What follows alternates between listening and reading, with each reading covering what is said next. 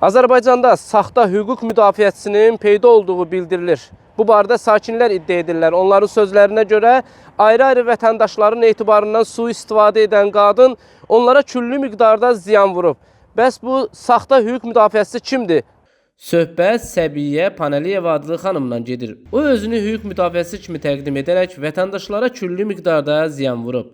Səbiyyə Panəliyeva göstərəcəyi hüquq xidmətləri əvəzində sakinlərdən bank kartı vasitəsilə müəyyən miqdarda pul vəsaitləri tələb edib.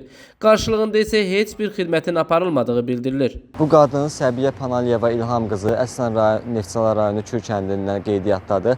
Bu elə bil ki, bizi özünün hüquq müdafiəçisi vəkil olaraq tanıdaraq bizdən küllü miqdarda pul almışdır. Lakin vədinə əməl etmədikdə biz vəkillər kollegiyasına bunu bildirdikdə onlar rəsmi bəyanat verdilər ki, belə bir insan dələduzdur, vəkillər kollegiyasına üzv deyil və özünü hüquqşünas adlandırırsa belə, hüquqşünasın ixtiyarı yoxdur vətəndaşlardan vəkil müqavilə bağlamağa, order yalnızca vəkilə verilir.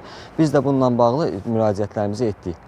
Siz nə üçün müraciət etmişdiniz ona? Biz məhkəmə proseslərimizdə hüquqi müdafiə edilməyimiz üçün onunla müraciət eləsək də, yəni Instagramda bu kimi hüquq konsaltinq deyilən bir səhifə işlədik və orada qeyd etdiyi ünvanın saxta olduğunu öyrəndik. Bir sayılı Asan Xidmətin yanını yazmışdı. Getdik və Asan Xidmət və digər hüquqi mürəkkəzləri dedilər ki, bunun filan şəkilləri var. Bu insan dələduzdur, inanmayın, pulunuzu tələb edin.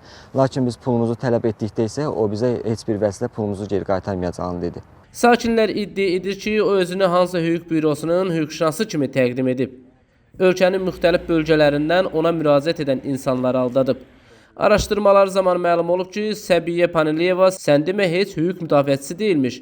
Qadının 12 nəfərə ümumilikdə 40 min manata yaxın maddi ziyan vuraraq dələduzluq etdiyi bildirilir. Bu xanım məndən iş müqaviləsində küllü miqdarda pul mənimsədi. Yəni biz ona inandıq. Həqiqətən də yəni bir hüquq müdafiəçisi olduğu üçün təxminən 7800 manat bu adam məndən pul alandan sonra biz araşdırdıq ki, bu adam yəni hüquq məsləhətçisi deyil. Heç bunun ondan xəbəri də yoxdur. Əlaqə saxlamışam. Biz pulumuzu yəni tələb eləyəndə gündə bir bəhanə tapır. Ay birinci gün, ay ikinci gün. Bizə ayrı-ayrı hesablara 2455 manat pul ödətdirdi.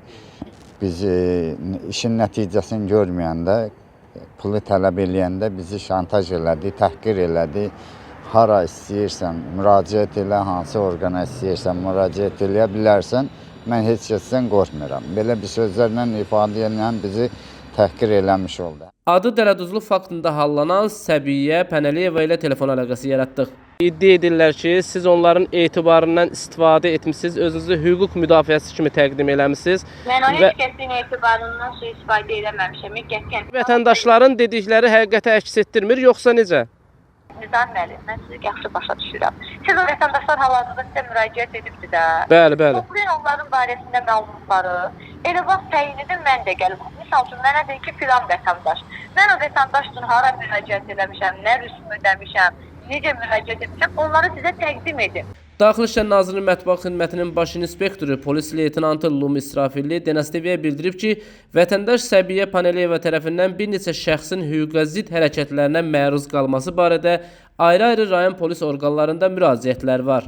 Həmin müraciətlər əsasında araşdırma aparılır. Nizami Rəsulov xüsusi olaraq DNS TV üçün.